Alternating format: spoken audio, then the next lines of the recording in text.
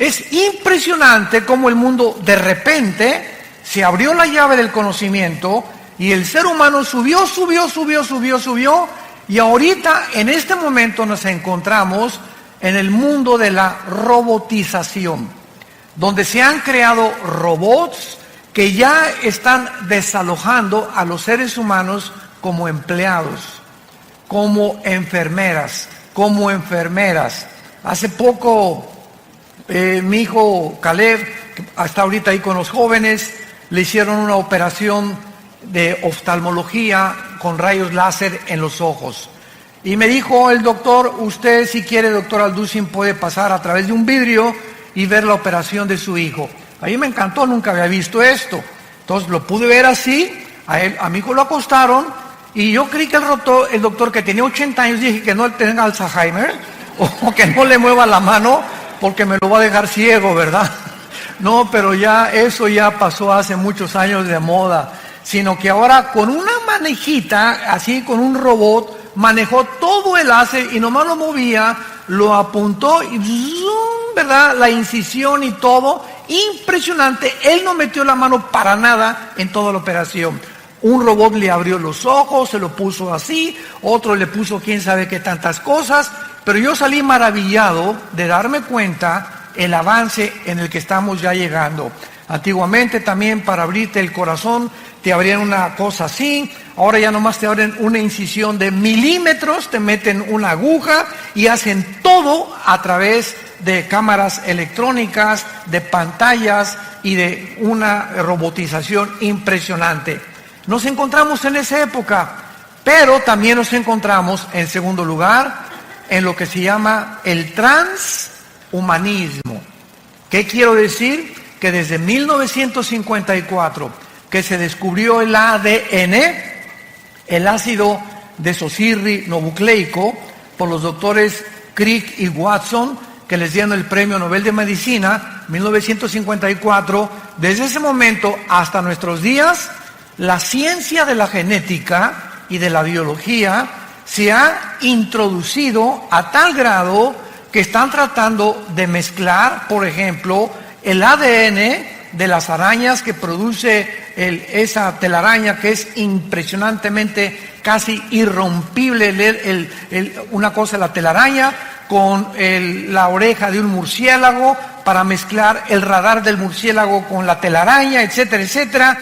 Y existen laboratorios clandestinos donde están tratando de mezclar animales con humanos. Estos primeros experimentos se llevaron a cabo por un doctor, se llamó Mengele, en la Segunda Guerra Mundial, que fue uno de los médicos de los nazis, de Adolfo Hitler.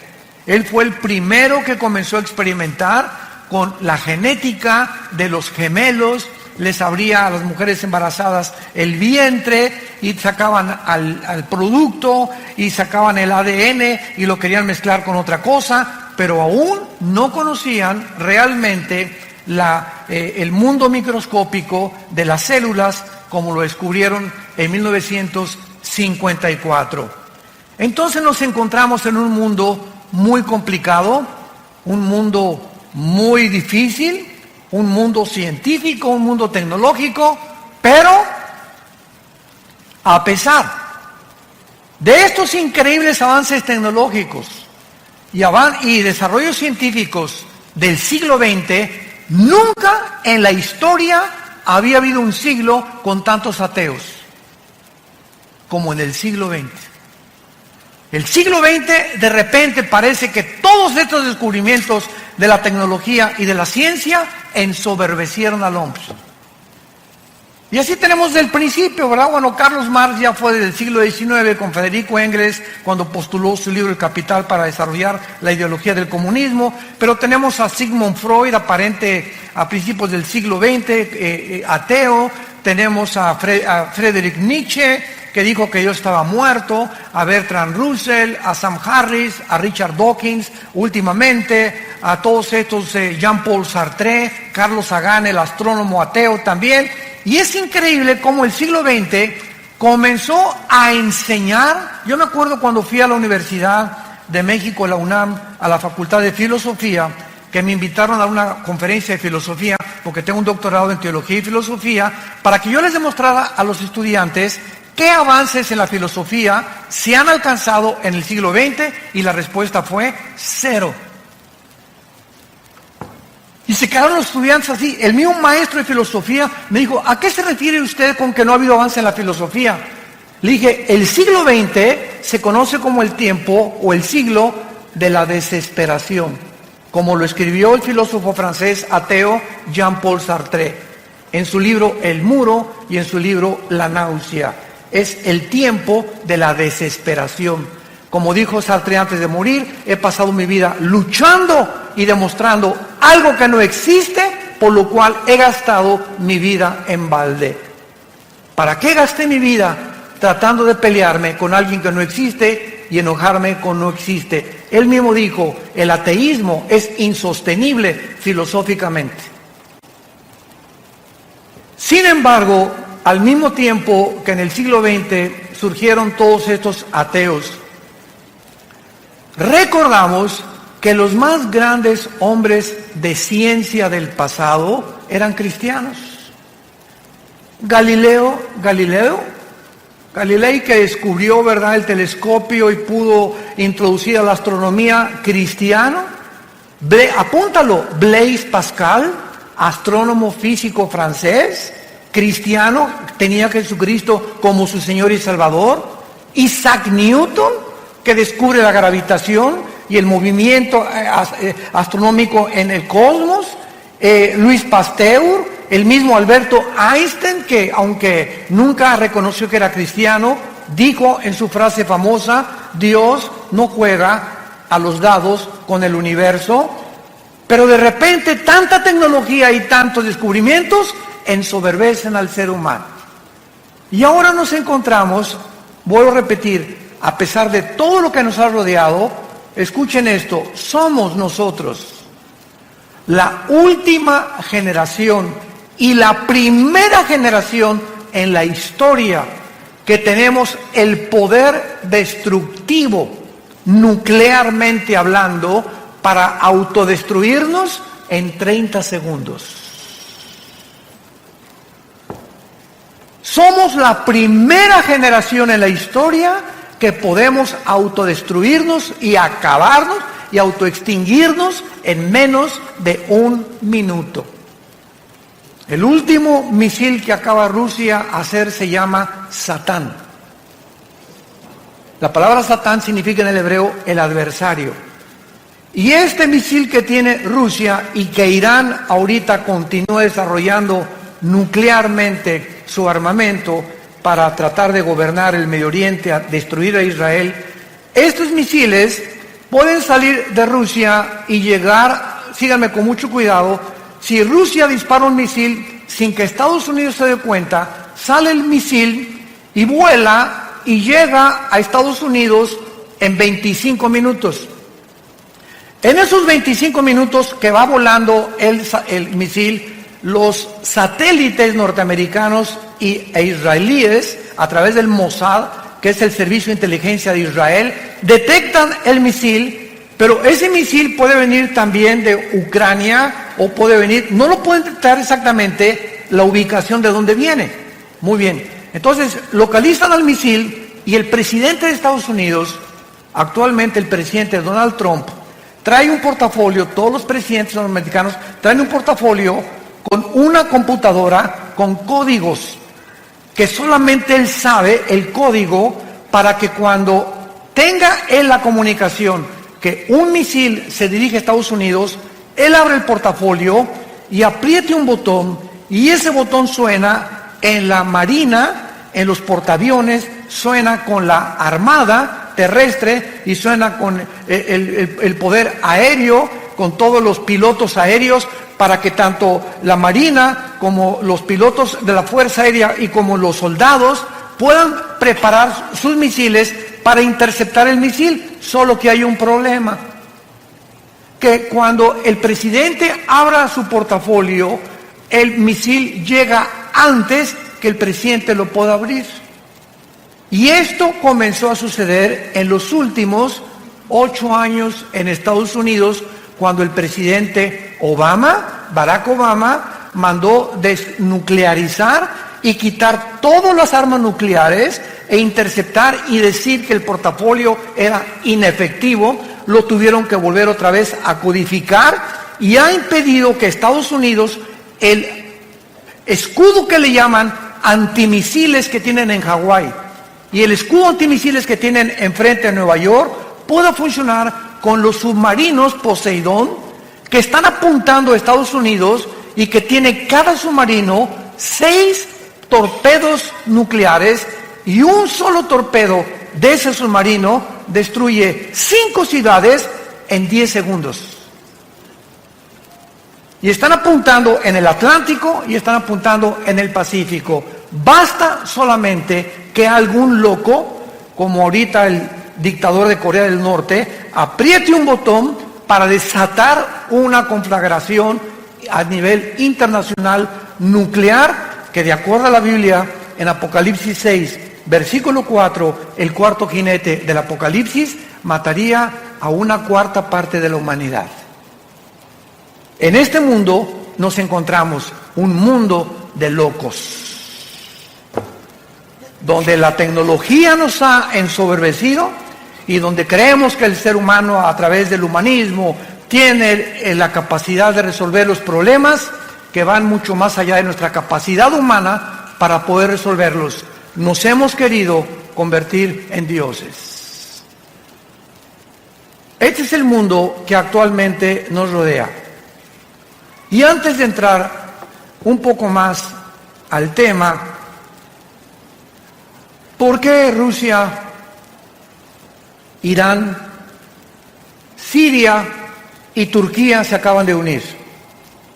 Porque hace 25 siglos, en el libro de Ezequiel, capítulo 38, lo vimos ahí, 39, hace 2600 años, la Biblia profetizó que antes que Cristo regresara, se uniría Rusia con Siria, con Irán y con Turquía.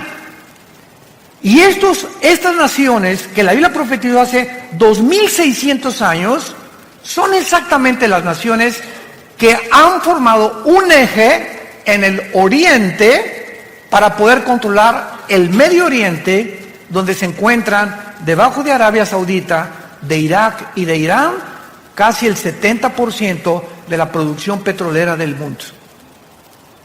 Entonces, el Medio Oriente es una manzana de la discordia. Por eso los ingleses antes de la Primera Guerra Mundial, por eso los árabes después de la Segunda Guerra Mundial, por eso Estados Unidos, por eso todo ha hecho que gire alrededor del Medio Oriente, donde la Biblia dice que comenzó la humanidad y donde la Biblia dice que la humanidad terminará en la ciudad de Jerusalén.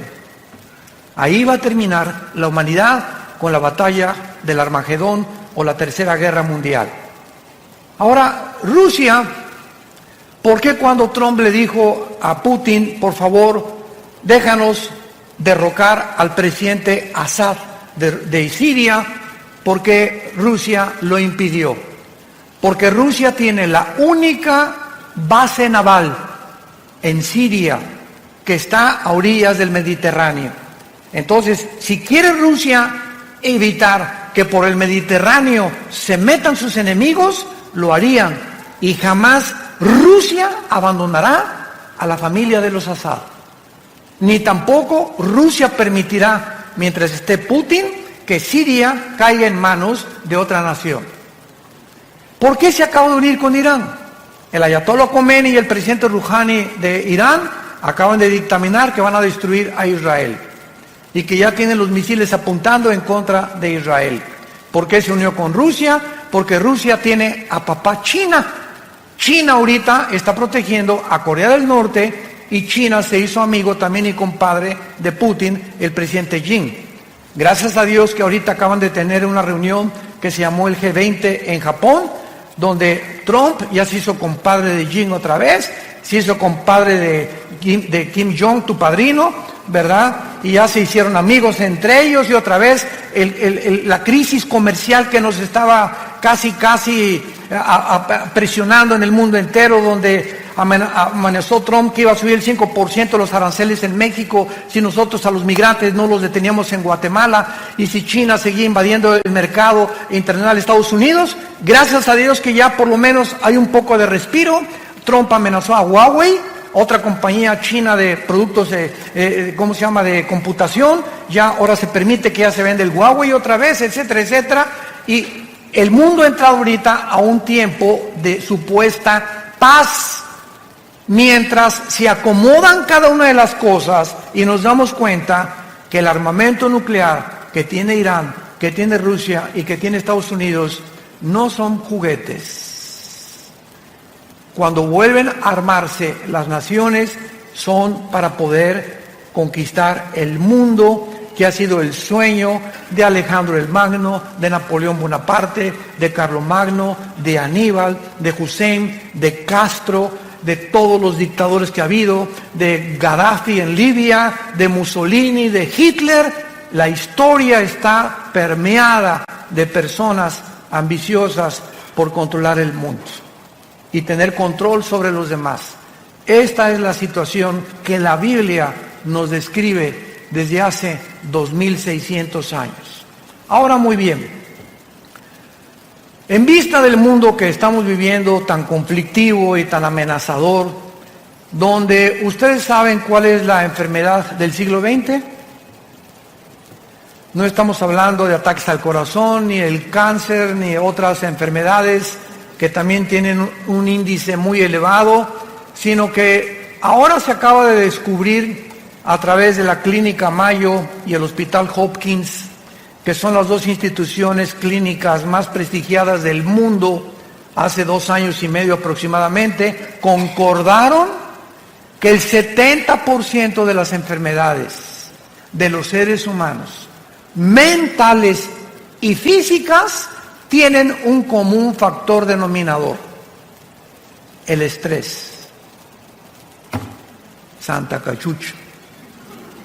El estrés es la enfermedad del siglo XXI. ¿Y qué es el estrés? Es un estado interno de insatisfacción, de tensión, de preocupación crónica por dentro. No puedes estar en paz contigo mismo. Quítate a los niños, no me estás molestando ahorita, no te me atravieses, con el claxon, y trabajan y se pelean y se matan, y la gente está en un estado de rencor, de amargura y de odio como jamás se había visto. Siempre ha habido guerras, siempre ha habido revoluciones, pero ahora es de carácter interno. Ahora el ser humano se está descomponiendo porque algo dentro de su vida no le da la paz que necesita.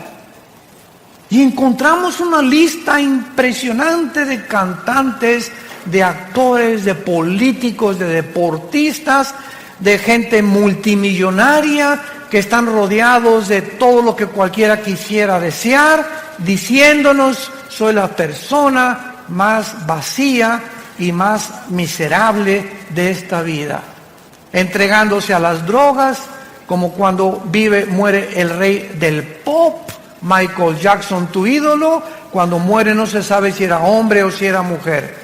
Cuando muere el rey del rock, Elvis Presley, muere con un plato con su cara sobre la sopa, diciendo que ya no quería vivir, con 500 mujeres formadas en fila en su casa de Memphis, esperando tener relaciones con él.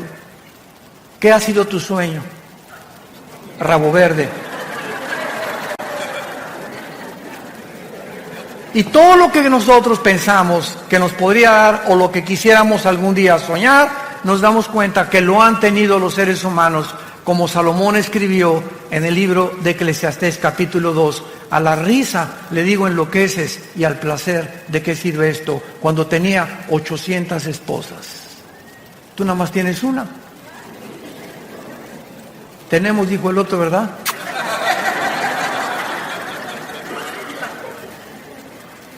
¿Qué mundo vino Jesucristo hace 2000 años a describirnos? Y hace 2000 años Jesucristo nos recetó la medicina que el mundo necesita 2000 años después. Mi paz les dejo. mi paz les doy.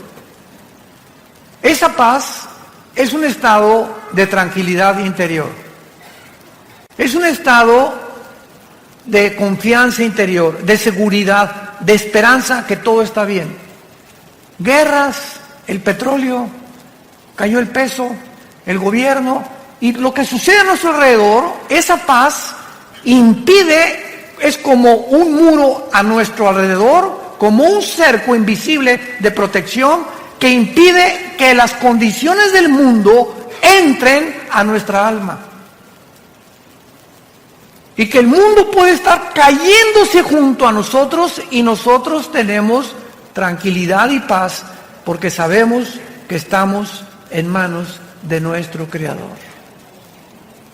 Y que nada ni nadie nos podrá nunca separar de Él. Hace algún tiempo un rey mandó, o más bien decretó un concurso, que por favor, entre los pintores que había en el reino, ¿quién podría pintar un cuadro que describiera la paz? Y pues hubo bastantes personas que se acercaron y pintores a concursar. Y pues uno pintó así el Popocatépetl, así, ¿verdad? Bonito, tranquilo, no explotando desde luego. Otro el mar, la bahía de Acapulco, así lindo. Otro un bosque, etcétera, etcétera. Y finalmente, el que ganó el concurso fue un pajarito que estaba detrás de una cascada dormido. A ese le dieron el primer premio. Porque así es la paz. Podemos estar con los ojos cerrados y caer una cascada a nuestro alrededor de problemas y tribulaciones, pero el pajarito sabe que él está seguro detrás de la cascada. Y nosotros recordamos las palabras que nos dijo el Señor: no temas, pequeña manada, nunca te dejaré ni te abandonaré. Estaré contigo hasta el fin del mundo. Y cuando adquirimos esa paz, escúchame muy bien, cuando el cristiano tiene esta paz, es cuando podemos ser guiados por el Espíritu Santo. Tú no puedes discernir al Espíritu Santo ni leer la Biblia como Pepita en comal. Ay, hermano. Ay, hermano.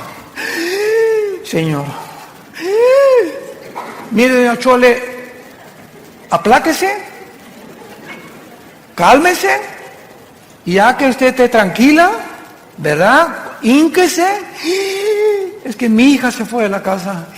Pastor, hasta que usted no se calme y hasta que tú no estés tranquilo y comiences a hincarte y a alabar a Dios, decirle: Señor, gracias porque este estado de estrés en el que me encuentro no va a hacer regresar a mi hija.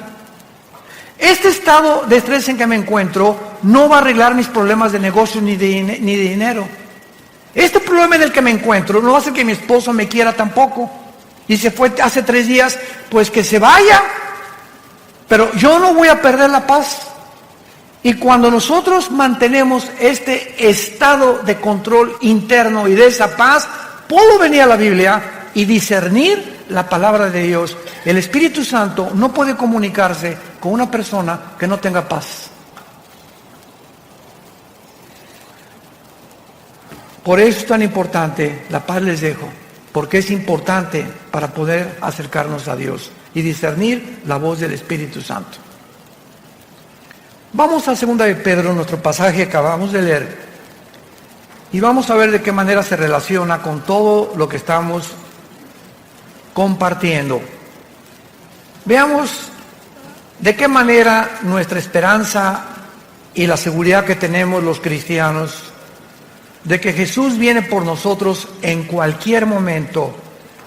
Y tu taller de carpintería, tu taller de plomería, tu bufete de abogado, tu consultorio médico, tus propiedades, tus edificios, tus condominios, tus coches y todo lo que hemos nosotros tratado de amontonar, en cualquier momento, si Jesús no viene y tú estás creyendo, pues tengo todo todavía 10 años de vida o 20 años de vida, estoy joven, tengo 40 años, etcétera, etcétera.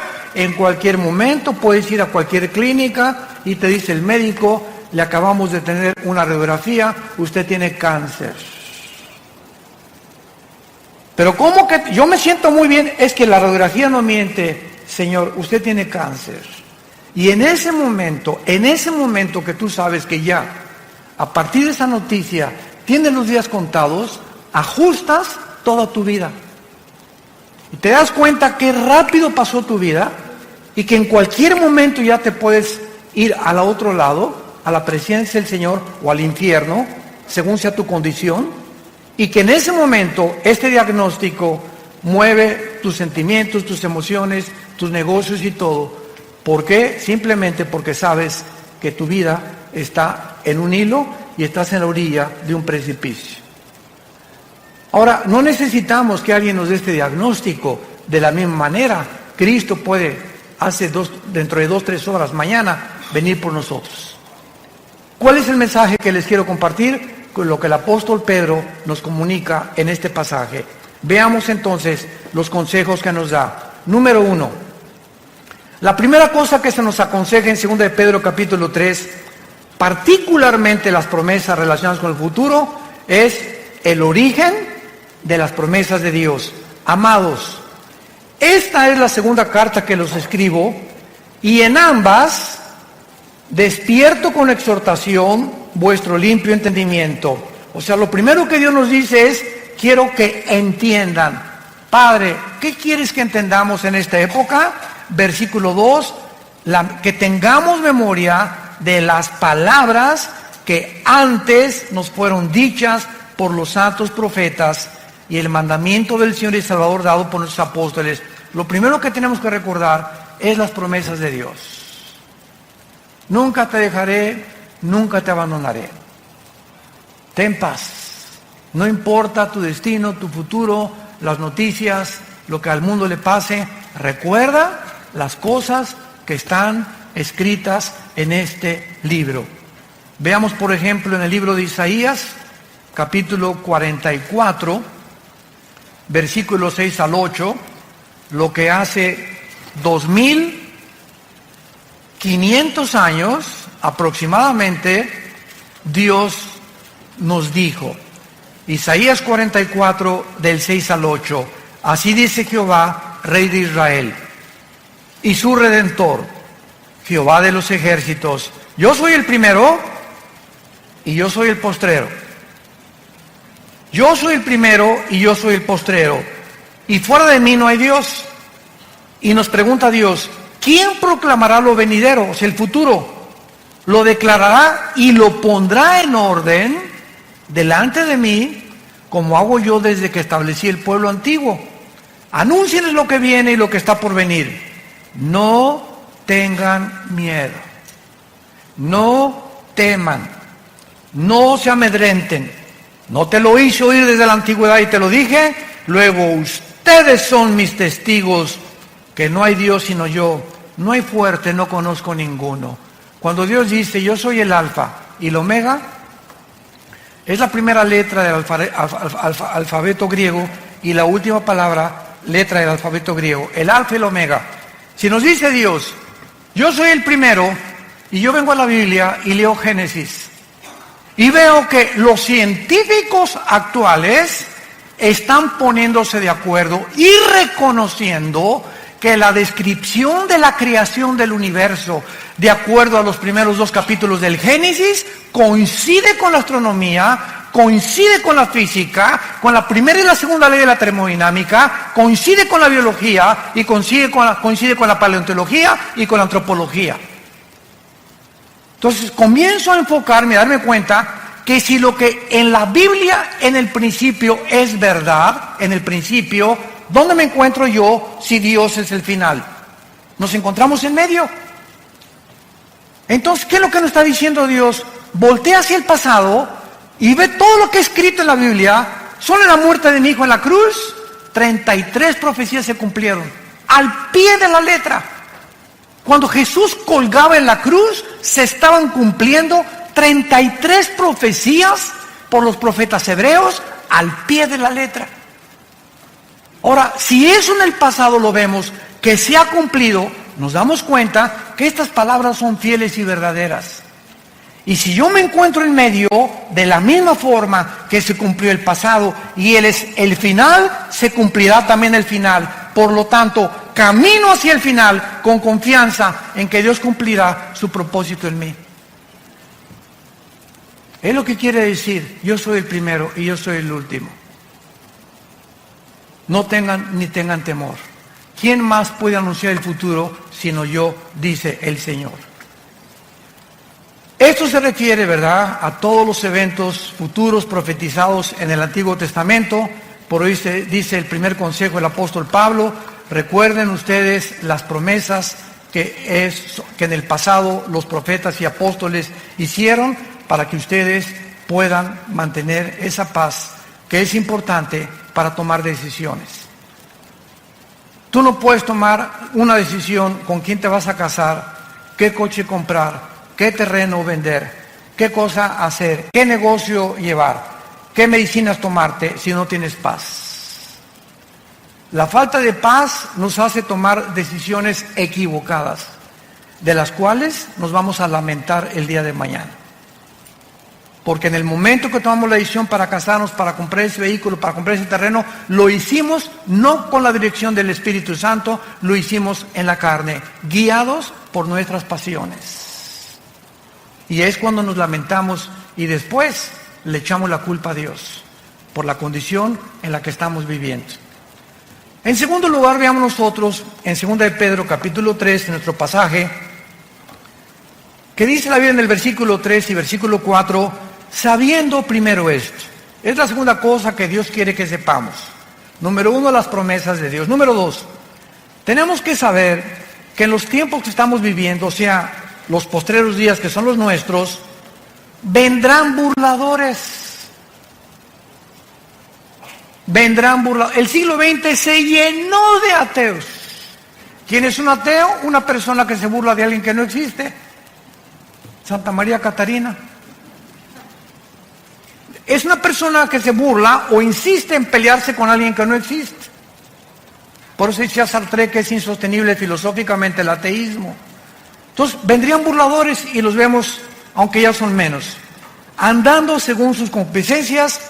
Y estos burladores, dice la Biblia, versículo 4, van a comenzar a decir: ¿dónde está la promesa de que Cristo va a regresar? O sea, de su advenimiento. Porque desde el día en que los padres durmieron, o sea, todas las cosas en el mundo han sido así. Y dicen, siempre ha habido guerras, siempre ha habido terremotos, siempre ha habido pestas. ¿Por qué dice que son señales de los últimos tiempos? Muy bien. Estas personas querrán atacar las promesas de Dios y de nuestro corazón, y la Biblia les llama burladores. Un burlador, es muy importante, no es la misma persona que tiene dudas. Entonces, hay una gran diferencia entre un burlón y una persona que tiene dudas honestas. La persona que tiene dudas honestas dice lo siguiente: yo no puedo decir que no creo en Dios. Yo no sé, más bien, honestamente, yo no sé si existe Dios. Pero si existe Dios, oh Dios, si tú existes, dame evidencias que tú existes. Y dice la Biblia, me encontrarás y me buscarás con todo tu corazón. Entonces Dios oye a las personas que tienen dudas y que dudan, ¿verdad? Como Job. Job llegó un momento en que todo lo que le pasó en el capítulo 3, dice: Señor, ¿por qué mejor no fui un abortivo? ¿Para qué me permitiste y para qué nací? Para todo este sufrimiento que estoy atravesando. Entonces Job le preguntó a Dios: Señor, ¿por qué no fui un abortivo? Pero vean la diferencia. ¿Para qué me hiciste? ¿Para qué fui un abortivo? Chale. Podemos acercarnos a Dios con una actitud: Padre, yo no entiendo lo que está pasando, por qué te vas de mi hijo, etcétera, etcétera. Oh Dios, dame la fortaleza ahorita y dime, muéstrame, ilumíname, porque quiero seguir confiando en ti. Ah, ¿ya ves? Y para eso me perdí el trabajo, para ser cristiano. Vean la diferencia en la actitud. Cuando tenemos esa actitud de retadores y de soberbios, demandando a Dios que nos conteste como si fuera nuestro sirviente, jamás te contestará. Y el resultado será que vivirás amargado o vivirás amargada, porque tú crees que no te contestó Dios, pero no te contestó por tu actitud. Porque sin humildad no podemos tener palabra de Dios. Entonces, las personas que dudan están abiertos, pero el burlador ni siquiera quiere oír las evidencias ni hacer caso de las evidencias. ¿Se acuerdan de los fariseos? En tiempos de Jesús, los fariseos vieron a Jesús sanar, vieron echar demonios, vieron las palabras, jamás los insultó, jamás dijo groserías, jamás vendió marihuana, jamás hizo daño a nadie, y estuvieron con Jesús. Y los fariseos, el día que planearon matar a Jesús, que es en el capítulo 11 del Evangelio de Juan, fue cuando resucitó a Lázaro. El milagro más grande que Jesús hizo, enfrente de casi cientos de personas. Lázaro, 3 días de muerto, donde ya se había descompuesto su carne, la sangre le había dejado de circular, la condición del cerebro, dicen los médicos que a los 20 minutos, ¿verdad?, ya el cerebro se atrofia cuando ya no hay oxígeno, etcétera, etcétera. Y Lázaro tenía 3 días, y dicen que ya hedía, apestaba ya. Pues cuando Jesús dice, Lázaro, ven fuera, el Espíritu llega, se mete a Lázaro y comienza la reconstrucción de sus células, la circulación de la sangre, y sale Lázaro. Era para que cualquiera hubiera creído, ¿no crees? Estás buscando de que si yo veo un milagro voy a creer en Dios. Pues los fariseos vieron resucitar a Lázaro y ese día dijeron, planeamos quitarle la vida. Burladores. Yo me he encontrado con diferentes tipos de ateos y diferentes tipos de personas, como uno les conté hace algún tiempo en una reunión, que saliendo de una conferencia en un hotel en México, en el elevador se acercó un señor así muy retador, me dice, usted es el doctorcito Alducin, ¿verdad? Pero así, ¿verdad? Yo le iba a decir, bueno, ¿y qué te importa, no? Pero no le puedo decir eso, me daban ganas, no nos dan ganas a veces. ¿Usted es verdad? Sí. ¿Y en qué le puedo servir, señor? A ver, diga, contésteme. Pero así, a ver, contésteme. Dios es todopoderoso, ¿verdad? Sí, claro, le contesté. Bueno, si es todopoderoso, entonces no tiene poder para destruir al diablo. Y le dije, claro que sí. Y le dije, pero dele gracias a Dios, porque comenzaría con usted. El hecho que Dios no haya terminado con la maldad implica que Dios no quiere que todo mundo sea condenado. Y le dije, el hecho cuando bajamos el elevador, que usted quiere que le conteste la pregunta en la actitud burladora en la que usted se me está acercando, no merece que le conteste como yo le contesté. Pero así encontramos tipos de diferentes personas con diferentes actitudes. Veamos nosotros que este burlador se dedica a burlar, a criticar, a despreciar y atacar las cosas de Dios sin tener o tener evidencias, pero él no quiere evidencias, él quiere mantener una actitud de soberbia en contra de Dios, volviendo su enemigo. Vean lo que dice el Salmo 10 acerca de los burladores. David escribió hace 3000 años el Salmo 10 y dice la Biblia que aquí se describe algunas características de este tipo de personas que abundan a nuestro alrededor. Las encontramos en los maestros de escuela, en las universidades, profesionistas, médicos, en fin, ¿verdad? En todas las áreas de la sociedad se encuentran estas personas. Dice el Salmo 10, versículo 3 al 5, porque el malo se jacta, o sea, se enorgullece del deseo de su alma.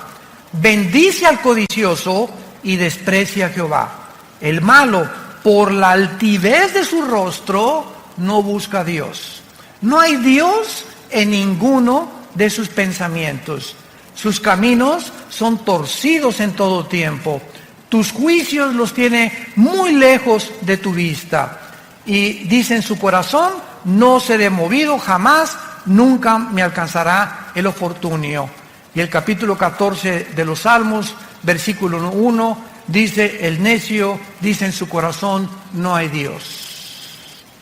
El necio o el burlón dice en su corazón, no hay Dios. Ahora, ¿por qué actúan de esta manera? Regresamos a nuestro pasaje de segunda de Pedro. ¿Por qué estas personas actúan de esta manera? Donde ya ni las evidencias les funcionan. Simplemente cuando una persona ha decidido, escúchame muy bien, no creer en Dios, como una vez una persona me dice, si yo veo un paralítico levantarse de su silla de ruedas, voy a creer en Dios. Y le dije, no es cierto. Porque si tú ves un milagro de un paralítico levantarse, tus emociones van a ser afectadas y tus sentimientos también, y vas a decir, de veras, está caminando, don Paquito ya tenía 15 años, pero esas emociones que fueron despertadas en ti, de asombro, ¿cuánto te van a durar? ¿3 días? ¿5 días? A la semana regresas a tu misma incredulidad, porque no son los milagros los que nos cambian. Por el oír es por la palabra y por la palabra de Dios. Romanos capítulo 10. La fe no es por ver, la fe es por oír. Y si tú cuando oyes las palabras de la Biblia no crees, aunque veas a alguien saltar de una silla de ruedas, no es cierto que vas a creer, porque tu problema no son las evidencias, escúchame esto, tu problema es tu moral. Un día tuvimos una cruzada muy grande en la Plaza de Toros de Villahermosa, Tabasco, en el estado de Tabasco. Y fue una cruzada dedicada a la juventud, hablé del suicidio, de la drogadicción, de la ideología de género, etcétera, etcétera. Y a la salida me estaban esperando 3 muchachas. Y se acerca una muchacha y me dice, oiga, pastor, es que la amiga que trajimos me dice que usted nos quiere asustar porque prediqué del infierno la última noche. Que usted nos quiere asustar porque el infierno no existe. Entonces le pregunté a la muchacha, oye, ¿por qué no crees en el infierno? No, pues porque no es cierto, usted lo único que viene a asustarnos. Y yo le dije a la muchacha, mira, yo creo que tu problema no es de carácter intelectual ni teológico, sino moral. Y la otra amiga me dice, sí es cierto, tiene 3 amantes, vive con 3 muchachos. Le dije, ya ves, por eso no crees en el infierno. No es que no creas, escúchame muy bien, es que no te conviene creer.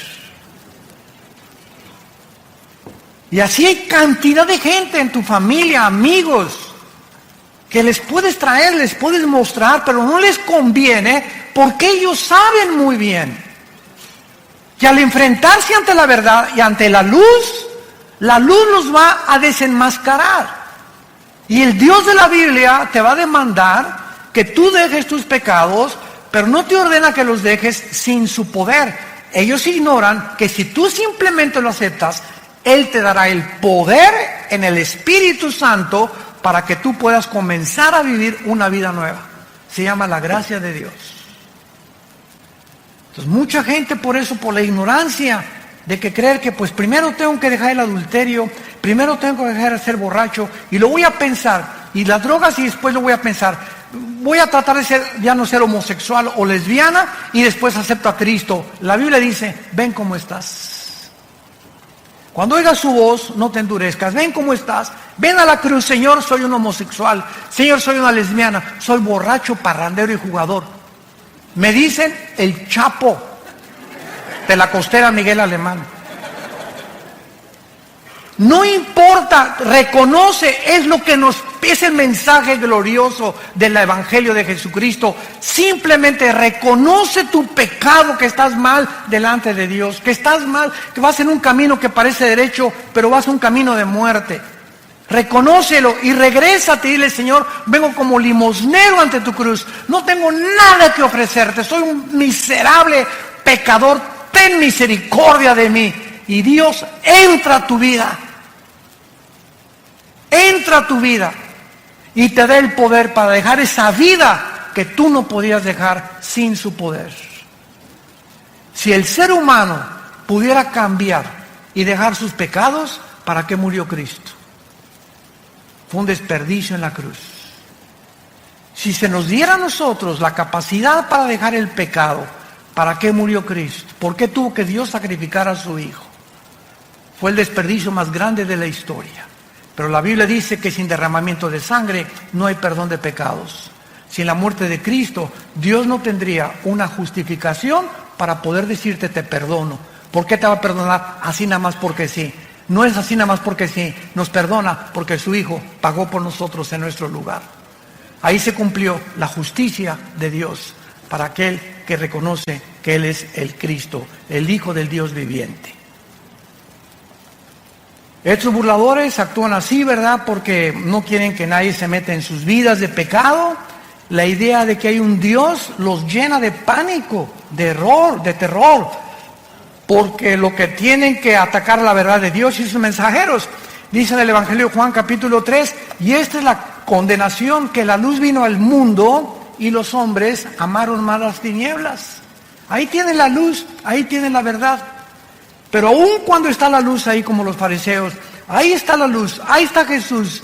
Sabían que era el santo, que cómo es posible que al hombre más perfecto de la humanidad lo hayamos puesto en una cruz. Cuánto odio contra la verdad y contra la luz.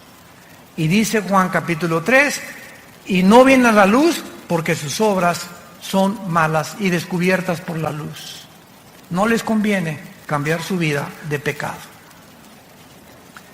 Estos burladores dicen en 2 de Pedro, en nuestro pasaje, capítulo 3, que aún toman, en penúltimo lugar, posiciones pseudocientíficas, diciendo, versículo 5, estos burladores, hablando de ellos, ignoran voluntariamente.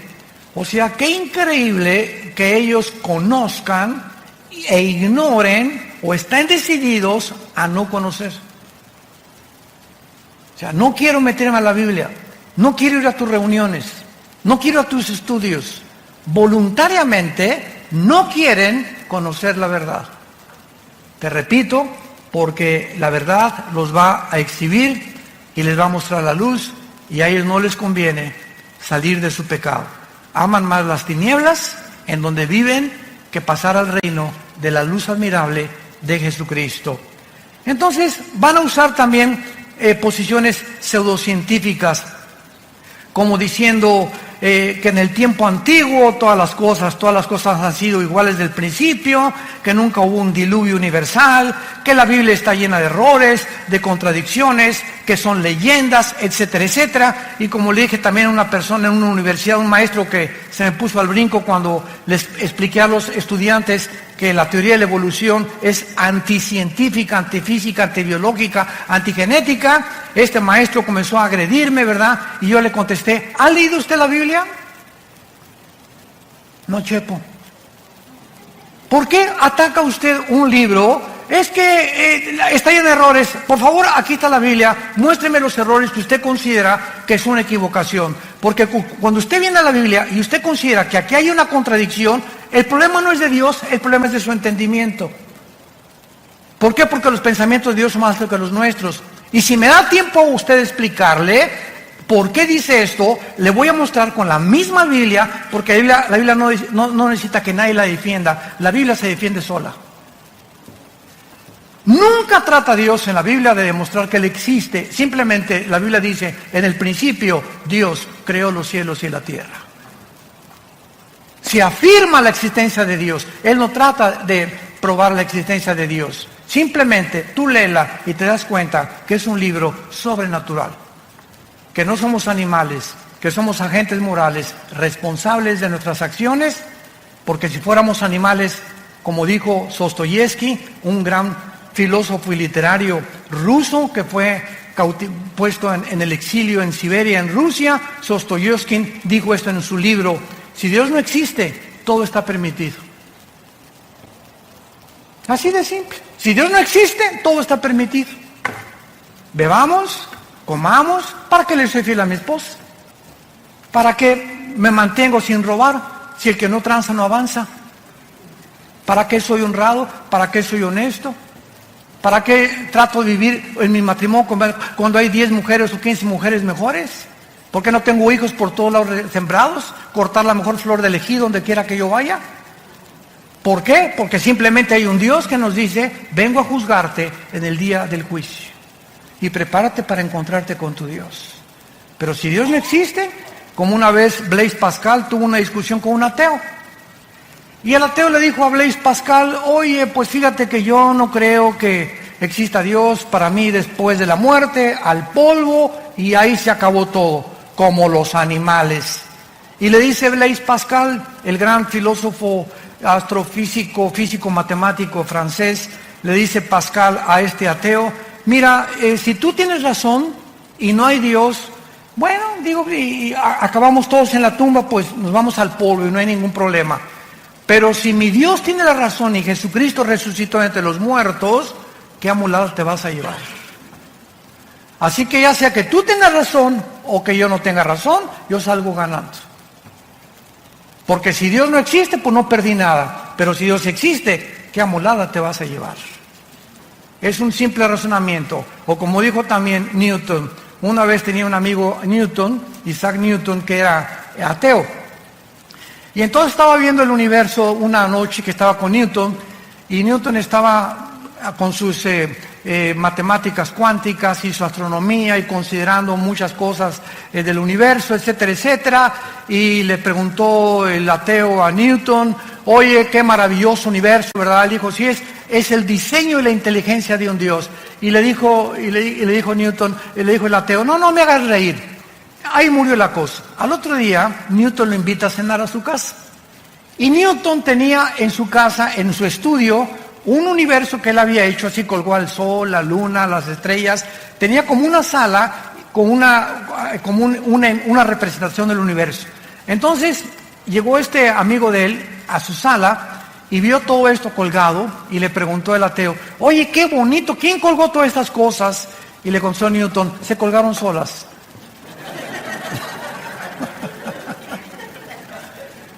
Así están muchos ateos. Impresionante, todo se hizo solo. El diseño y la inteligencia vino simplemente de la nada. La materia salió de la nada y la nada nunca produce nada. Entonces, ¿quién produjo, si es que crees en la explosión del Big Bang, una explosión? ¿De dónde salió la materia? ¿Quién produjo la explosión? ¿Quién produjo el universo tan perfecto en el que vivimos? ¿Cómo es posible que las condiciones de la vida en esta Tierra no se encuentren en ninguna galaxia, por lo menos, que hemos nosotros alcanzado percibir a través de los telescopios? ¿Cómo es posible que la circulación de mi sangre, las células, los glóbulos blancos que actúan como los soldados para atacar las defensas de las bacterias y microbios que entran a mi cuerpo, quién programó a los glóbulos blancos para defender mi sangre y a las bacterias que tengo dentro? Y la impresionante complicación que tienen los miles de nervios aquí dentro de mis ojos, mi nervio óptico, que ninguna cámara ha podido realmente. Ahora que yo me acabo de hacer unos implantes en los ojos, me dijo el doctor Armando, en 3 o 4 semanas, ve desde lejos y ves de chiquito, ponte un lápiz y comienza a hacer así, para que los dos ojos comiencen a los músculos a ejercitarse, el oftalmólogo, y todas estas cosas que yo estoy platicando. Dije, Dios mío, nunca me había puesto a pensar que mis ojos pueden ver desde muy lejos y desde muy cerca. ¿Quién hace que se enfoque y quién desarrolla este foco que los mismos fotógrafos no han podido desarrollar? Ya no hablemos solamente de eso, de la sangre, de los 3 huesitos que forman los oídos, de nuestra lengua, de nuestros dientes, de nuestro esqueleto, nuestros músculos. Bueno, es impresionante. ¿Cómo puede alguien atreverse a decir, no existe Dios? Nos hicimos de la nada, de las ranas evolucionamos. Y finalmente, terminamos en 2 de Pedro, en nuestro pasaje, y dice el apóstol para terminar. Versículo 8.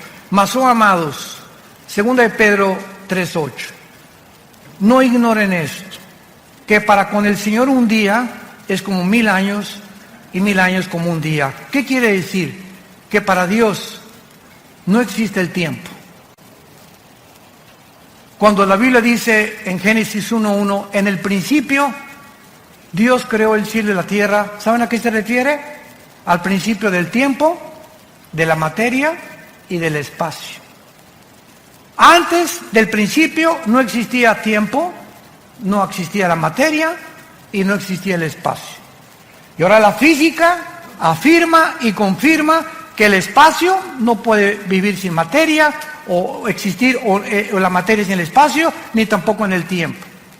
Y hasta el siglo XX, Alberto Einstein introduce la 4ª dimensión con su famosa teoría E igual a mc al cuadrado.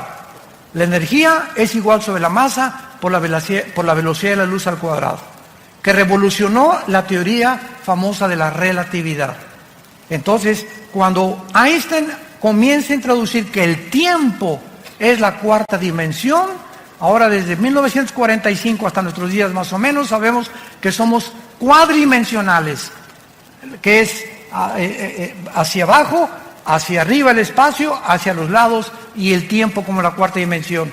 Dios está arriba del tiempo, el espacio y la materia de nosotros. Por eso su nombre es Yahweh. Yo soy el que soy. Para Él no hay el pasado ni el presente. Lo que aquí pasa en 1000 años, desde la eternidad es un día. Entonces, esta es la grande diferencia entre cómo Dios piensa y cómo pensamos nosotros. Y esto le da la capacidad a Él de ver el futuro que nosotros no podemos percibir por estar encerrados en un universo cerrado de 4 dimensiones nada más. Por eso dice la Biblia, amados, no lo ignoren. Para Dios el tiempo no existe. El Señor no retarda su promesa.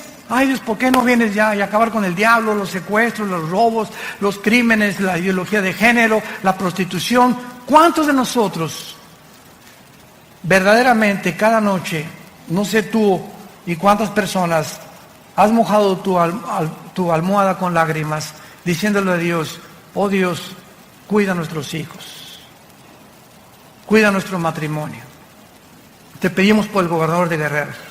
Te pedimos al presidente que tenemos ahorita, dale sabiduría para gobernar México, Señor, pobre México. Por favor, dale sabiduría al gobierno. Vivimos un mundo bien feo a nuestro alrededor. Y nuestras oraciones es lo único que puede cambiar. Y nos desesperamos, ¿por qué no cambias? Te dice Dios, no es que me tarde, es que no quiero que ninguno perezca. Como le dije al Señor en el elevador, dele gracias que Dios no ha actuado ni terminado con la maldad. Porque si Dios terminara con la maldad, ¿cuántas personas que no han oído el Evangelio se condenarían eternamente? Por esa razón Dios retarda su promesa. Es lo que el apóstol nos quiere decir. Pero el día del Señor, versículo 10, vendrá como ladrón en la noche. Los cielos van a pasar con gran estruendo, los elementos ardiendo. Esta palabra significa la composición atómica. Eso es increíble en el griego, son los átomos. Serán desechos.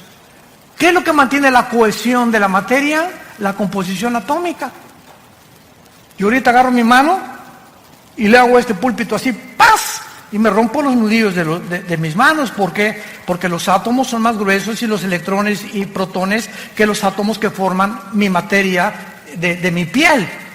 Entonces, todo lo que forma la cohesión que existe, y agarro un microscopio y veo el microscopio que giran a una velocidad impresionante los átomos y los electrones y los neutrones, y el hidrógeno tiene 2 átomos, el oxígeno tiene 1, y cada elemento, el helio, tiene otros, y la composición que hay en toda la materia es completamente diferente atómicamente. Nos damos cuenta y nos preguntamos, ¿quién le da la velocidad a los átomos?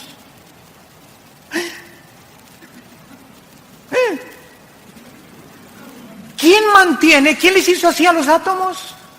Están violando una ley física, que dice la física, que si yo hago una canica y le hago así a la canica, sale disparada la canica y la velocidad de la canica es proporcional a la fuerza que yo le aplico. Si agarro una flecha y la disparo con un arco, sale la flecha y la flecha tiene que caer en una parábola. Un balazo, sale la bala y la bala tiene que caer. ¿Por qué? ¿Por qué no se mantiene la flecha continuamente volando, o la bala continuamente volando, o mi canica continuamente volando? ¿Por qué? Porque se tiene que detener. ¿Por qué la Tierra sigue girando sobre su rotación? ¿Por qué no se detiene? Pregúntale a tu maestro ateo. ¿Quién le hizo así a la Tierra? ¿Quién mantiene la Tierra? No solamente girando perfectamente una velocidad de 24 grados sobre su eje, sino que ¿quién la sigue impulsando alrededor del Sol en 365 días? Desde hace miles de millones de años. La Biblia dice en Hebreos 1:3, Jesucristo sostiene todo el universo con la palabra de su poder.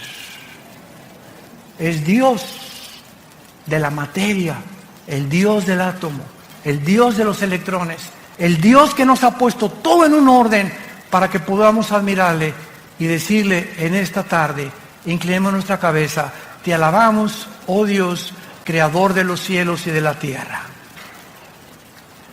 Te bendecimos tu nombre porque has tenido misericordia de nosotros. Porque en esa cruz, tu palabra dice, de tal manera amó Dios al mundo, que nos ha dado a su Hijo unigénito, para que cualquiera que en este momento crea en Él, no te pierdas, mas recibas el regalo de la vida eterna en Cristo Jesús. El Dios y Padre de Jesucristo, al gran pastor de las ovejas, que derramó su sangre en una cruz por el pacto sempiterno, nos da la capacidad de adorarle y de conocerle y de servirle en espíritu y en verdad. Y si tú invocas por Padre aquel que sin acepción de personas nos juzga de acuerdo a nuestras obras, caminemos en el temor de Dios durante toda nuestra peregrinación. ¿Qué es el hombre? Somos simples peregrinos. ¿Qué es nuestra vida? Como la niebla. Ayer teníamos 20 años, 10 años. Hoy tenemos 50, 60, 70, 8 años. Nuestra vida pasa como una sombra, como la niebla que aparece y desaparece.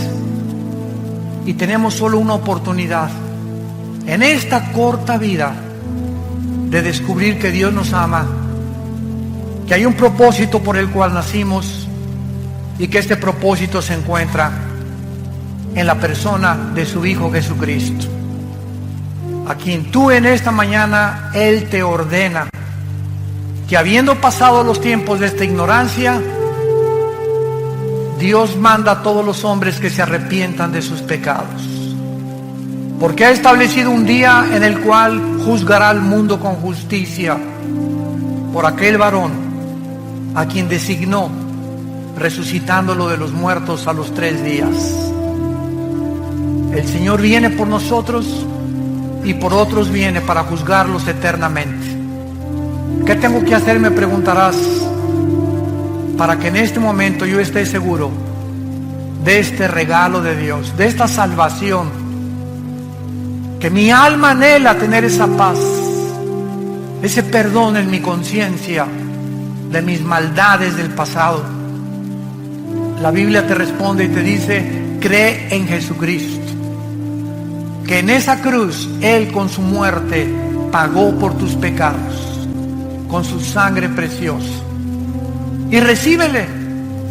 Simplemente ábrele tu corazón en este momento, porque Él te está tocando las puertas a tu corazón, y dile: Señor mío y Dios mío, perdóname, entra a mi vida en este instante, lávame con tu sangre preciosa, te quiero conocer, quiero experimentar ese perdón eterno que tú me quieres dar, y quiero recibir la vida eterna, para que en el día de mi muerte pueda tener una muerte en paz, al cerrar mis ojos y saber que los volveré a abrir y veré tu rostro cara a cara, donde ya las lágrimas pasarán, las enfermedades no volverán, el sufrimiento terminará, y podré saber que mi fe en ti no fue en vano.